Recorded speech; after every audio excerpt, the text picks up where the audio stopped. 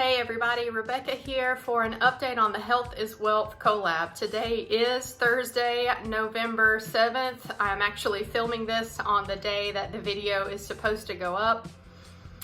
I'm a procrastinator like that. I've put it off till the last minute. So, here's how the format for this video is gonna go though.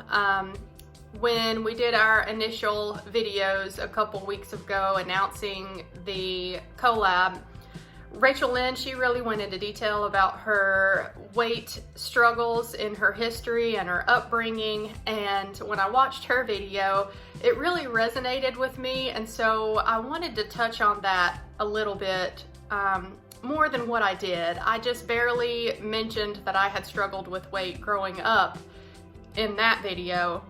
So first here, I want to do a little bit more in detail story of my weight struggles throughout my life and how I have arisen to this point today. So first I'm going to touch on that. Then I will touch on my workouts and how my gym membership has been going.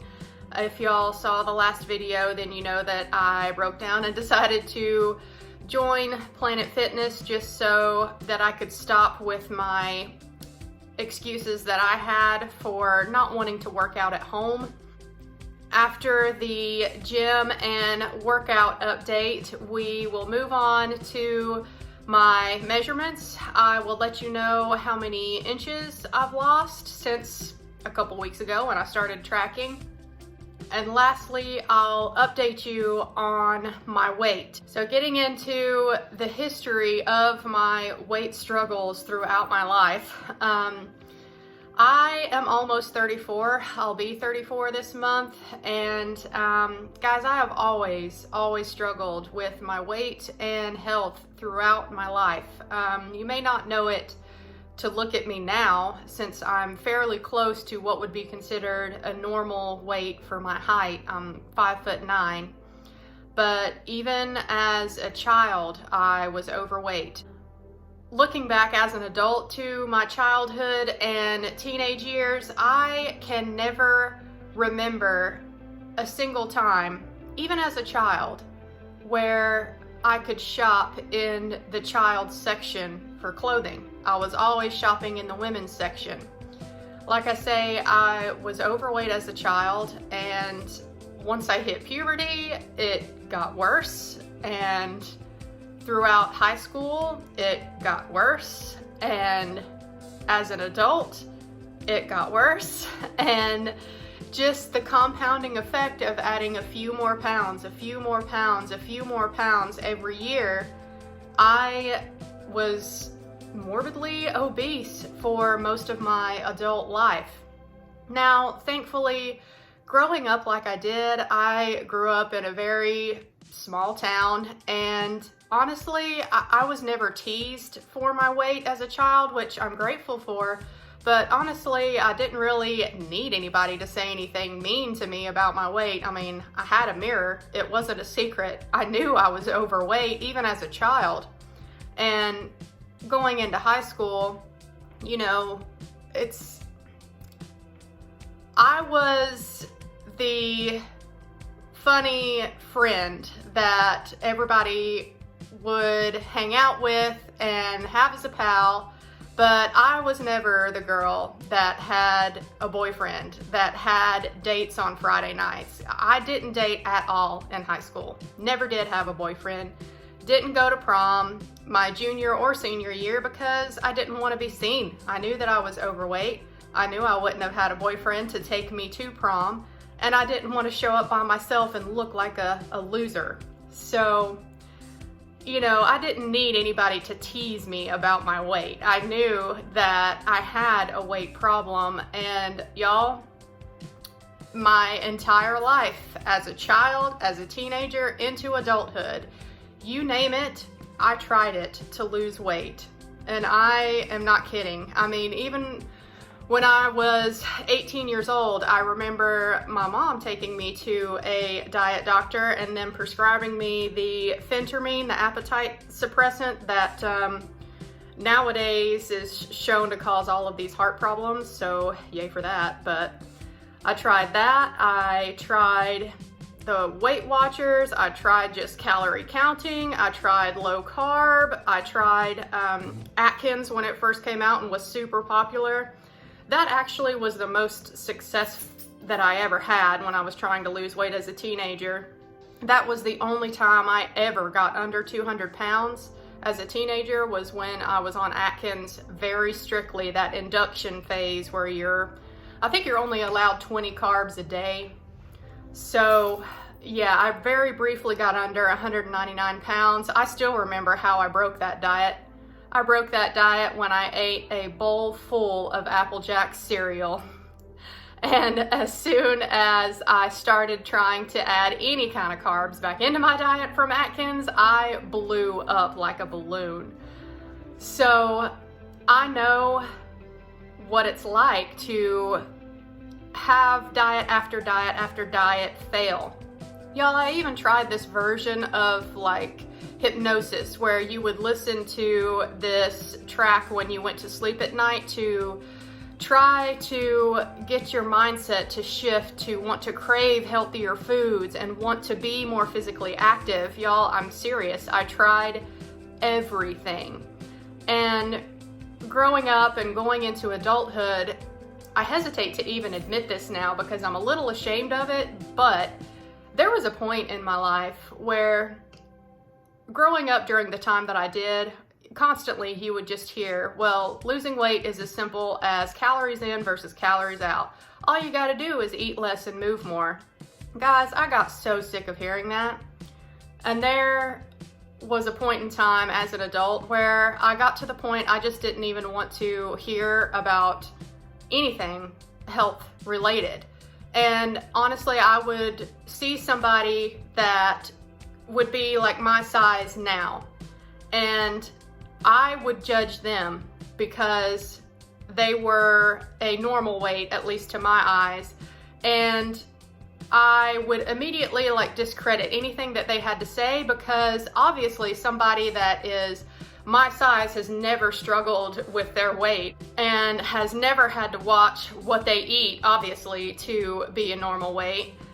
And that's a horrible way to feel. Like, I don't feel that way anymore. I don't judge anybody for whatever state their health is in. And me working in healthcare, guys, I see the full gamut of health problems. So yeah, moving into adulthood, I was morbidly obese, and I can't really remember what my breaking point was, but I remember when I first started to look into surgical options for weight loss. And in 2008, I elected to have a lap band done. That was when they were fairly new and still very popular. A lot of people were getting them to try to help with restriction when it comes to the amount of food that you can eat at one time.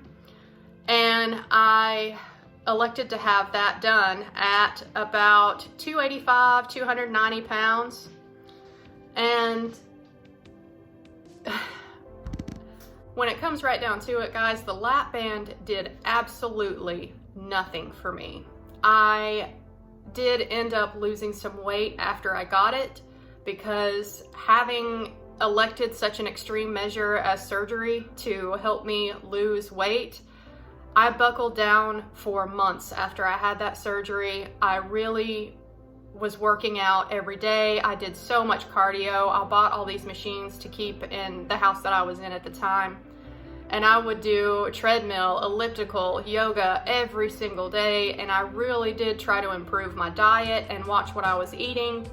So for, I would say maybe about 6-8 months after that surgery, I was losing some weight. I lost about 40 pounds in total. Now, my weight loss surgeon at the time was like, see, the lap band is working for you. But in my head, I knew that that was false because it was 100% me.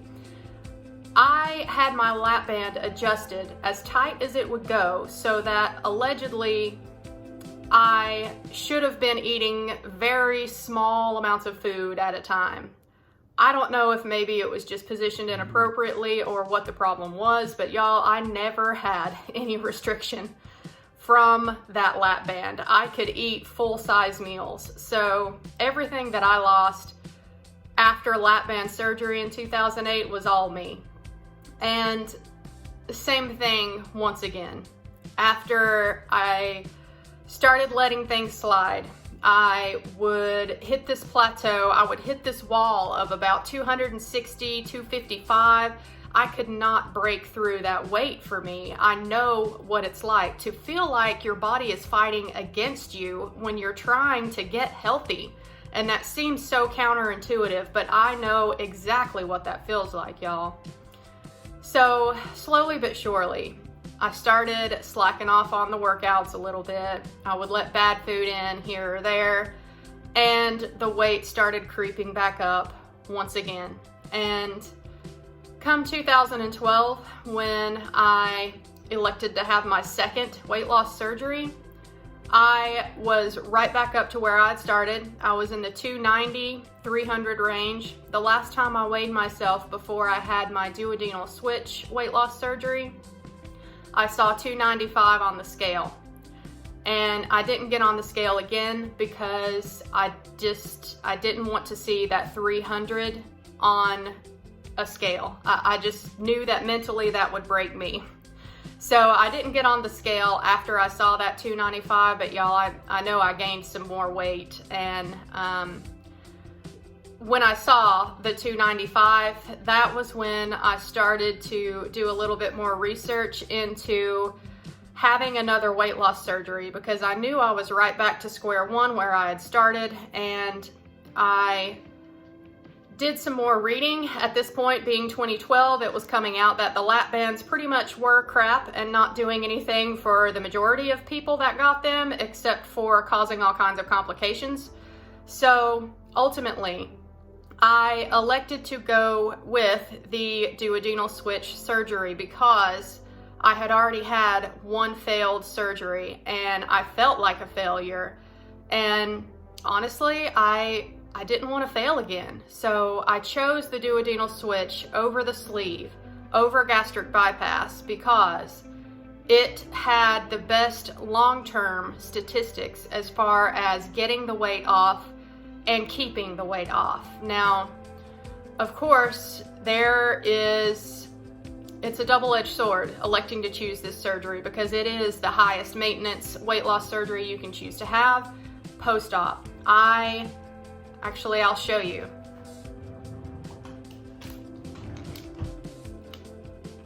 I have no choice but to take massive amounts of supplements every day in order to not become malnourished, because the duodenal switch has a very large malabsorptive component to it, so you have to take it seriously. And guys, this is what one single vitamin container for me looks like for one day. That's one day's worth of vitamins. I've never actually counted how many pills I take during a day, but it's probably 25, 30, somewhere in that range. And that's non-negotiable. I will have to do that for the rest of my life in order to maintain my health. And I'm okay with that, because after struggling my entire life to lose weight and to keep it off for any length of time at all, the duodenal switch, it really has helped me. So that brings us to today. I had that surgery in 2012. The lowest weight I ever saw on the scale was 158 pounds. Now, 2 weeks ago, when I started this Health is Wealth collab with Rachel Lynn and Dawn over at Sensible Living with Money Mom, I weighed myself, and the weight that I saw on the scale was 182 pounds even. So even though I've had this weight loss surgery to help me, it is not foolproof. You still have to choose to eat healthy and choose to be physically active to maintain your health over the rest of your life. You can't lean on the surgery to do everything for you for the rest of your life. So that being said, that has got me to where I am today, needing to get some of this excess weight back off of me. And the thing that I am doing differently now that I have not done previously in my life is taking the gym seriously, in that I am doing more than just cardio now. I have decided to enlist the help of my husband, since he has some experience in lifting weights, and he has got me started lifting weights as well. So now I am trying to build muscle as well as lose fat. So all of that being said, I will show you the planner that I have that I bought to keep track of my workouts every week. All right, here we are. As you can see, this is last month. This is October, and I have my starting weight recorded up there, 182 pounds. It was the last couple weeks of October that we decided to do this Health is Wealth collab, and I've got this side of the planner covered up because I've been weighing myself every Sunday and just recording what my weight is, but we'll get to my weight in just a few minutes. But the rest of this planner I am using to keep track of my workouts. These dates that are outlined in solid are dates that's the minimum number of times that I would like to get to the gym every week, and ideally do weightlifting.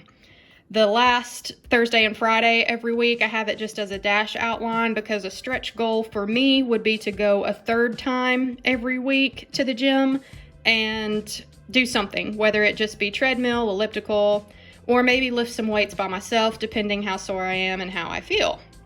So as you can see here, the first week that I elected to go back to the gym, my husband and I went on Monday, the 21st. We worked out back and shoulders. I did 15 minutes of treadmill and 15 minutes of elliptical to warm up. And I was incredibly sore the rest of the week and couldn't really move my arms very much. So I definitely have learned that when you're starting out lifting weights, you got to take it easy. So since I was so sore from Monday's workout, I did not lift any weights for Wednesday's workout. And I just did 30 minutes on the treadmill at the gym. That was it. I did not go back to the gym for the rest of the week. This Thursday and Friday, I did some squats while I was at work at night. I work every Thursday and Friday night. So I just did a few squats just to say that I did something.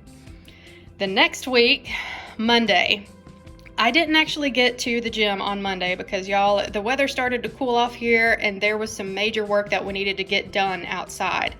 I was outside for about 2 hours doing some hard yard work, y'all. I trimmed hedges, I hauled off brush, I pulled weeds. It was definitely just as good as a gym workout. So I counted that for Monday.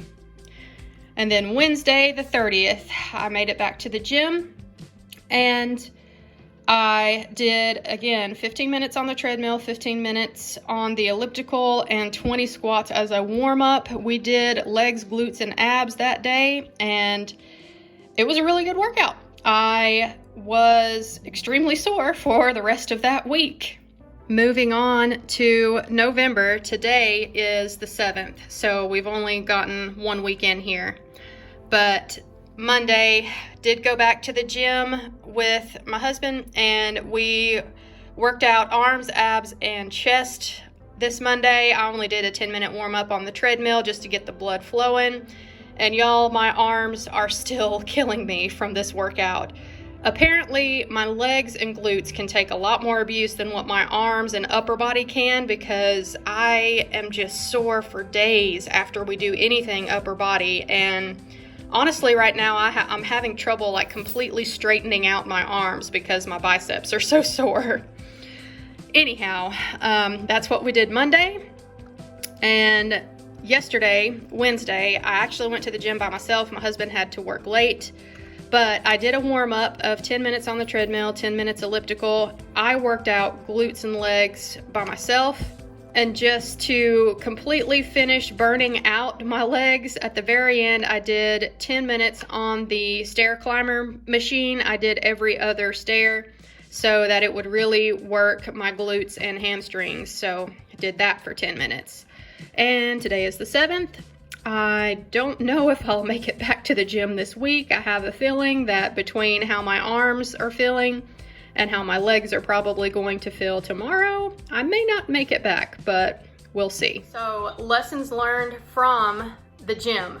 I have learned that when you are brand new to weightlifting, you have to take it slowly. Good Lord, I am out of shape. I'm dying. And you will be sore for days after your workout if it's something that you've never done before. But the biggest unexpected bonus that has come from this gym membership and starting to lift weights that I never would have guessed beforehand is that it has made my cravings for bad food nearly non-existent, y'all.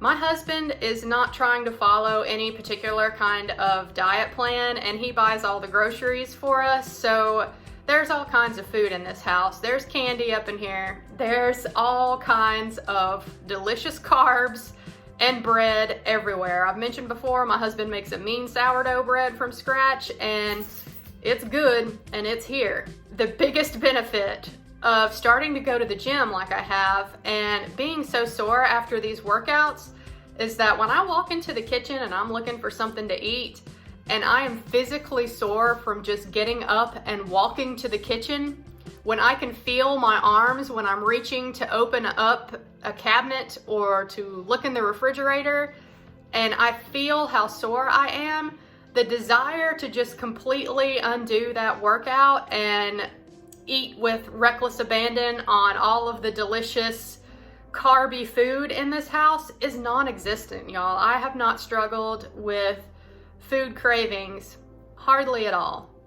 I love the fact that I'm so sore that when I go into the kitchen now, I think of what does my body need instead of what do I want to eat? And it's easy to choose what my body needs because the physical reminder is there. I have done work. I am sore because I lift the weight up, I put the weight down. And I'm Han. I'm Franz. And we want to pump you up. And that is helping me immensely make the proper food choices for me. Moving on from the gym portion and workout portion of the Health is Wealth collab, we will move into my measurements first. I decided that since I am going to be lifting weights this time around and trying to build some muscle as well as lose some weight, I thought it would behoove me to keep track of my measurements. So, when I started this Health is Wealth collab, I decided to keep track of my chest, my waist, my hips, and thigh. I'm not going to give my specific measurements because you just never know what kind of creeper might be out there watching your channel, and not today, Satan. Anyway, I took some measurements a couple weeks ago when we started this collab, and I just redid my measurements today. And overall, I will say that I have lost 2.5 inches in my waist, as well as 2.5 inches in my hips. So my chest, honestly, it was up a little bit. I don't know what's up with that. And my thighs were the same, but I'm happy for overall having lost 5 inches so far. It's only been a couple of weeks. Lastly, we'll take a look at what my weights have been. All right, so we're looking at October again. I started this journey a couple weeks ago and I weighed 182 pounds even. started going to the gym, started watching what I was eating that whole week, and y'all, I weighed myself on Sunday and I couldn't believe it. I'm not kidding, that is what the scale said 1 week later. I was down 9 pounds in 1 week. Moving on to November. So, November 3rd, I weighed myself again, and this time I was 173.2. So I actually had a gain of 0.2 from last week to this past Sunday. Not concerned about that though. It's just part of the process. And I did weigh myself one more time this morning just so that I could have a current accurate weight for y'all, and I will insert that video clip now. So yeah, 175 even, right? That's a gain of 1.8 pounds in a matter of 4 days here.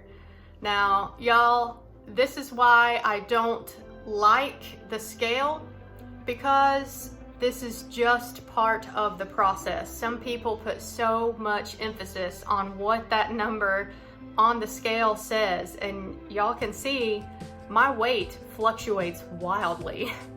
As soon as I started to eat a little bit better, take in a little extra fluids, that first week my body just completely flushed out 9 pounds, and I am sure, y'all, that that was mostly water weight. And then I kind of stalled for a week. I had a gain of 0.2, and now I am up again 1.8 pounds apparently. But I'm not worried about it, because when you are trying to lose weight as well as gain muscle, the scale is just not as important. Also, I, am fairly close to where I would like to be weight-wise, so I'm just not worried if the scale fluctuates up or down a little bit. I'm not putting as much emphasis on what the number says. I'm putting more emphasis on what my measurements are and how I feel physically. And y'all, already, it's only been a couple of weeks, and I just feel so much better physically. Yes, I'm sore, but I have more energy, and mentally, I'm feeling better just because I know that I'm doing something that is good for me, and that makes me feel good. So yeah, when you are trying to build muscle and lose weight, your body is going to hold on to some water. That is how your body builds muscle. It needs to retain water to rebuild all of those muscle cells. And when you're losing weight, your body holds on to water so that it can flush out all of those fat cells. So yes, the weight on the scale may go up from week to week, but you could still be making forward progress overall. So don't let the scale discourage you. The scale is purely a measure of the gravitational pull on your body. It does not equate to any sort of value to you as a human being. That is it as far as the update goes for the Health is Wealth collab. This video is probably going to be on the longer side as well. I appreciate it if y'all made it all the way to the end of this video. I will link to Rachel Lynn's channel and Dawn's channel over at Sensible Living with Money Mom in the description box below. I will also put some timestamps down in the pinned comment down below, so that way if y'all really don't want to watch this whole video, you can skip to the point that is most interesting to you. But I overall am pleased with how I'm feeling. I'm pleased with the progress that I've made, and it's only been a couple of weeks. So I'm really excited to see where I'll be a month from now when we update again. So thanks again for watching, everybody. I will see y'all in my next video. Bye.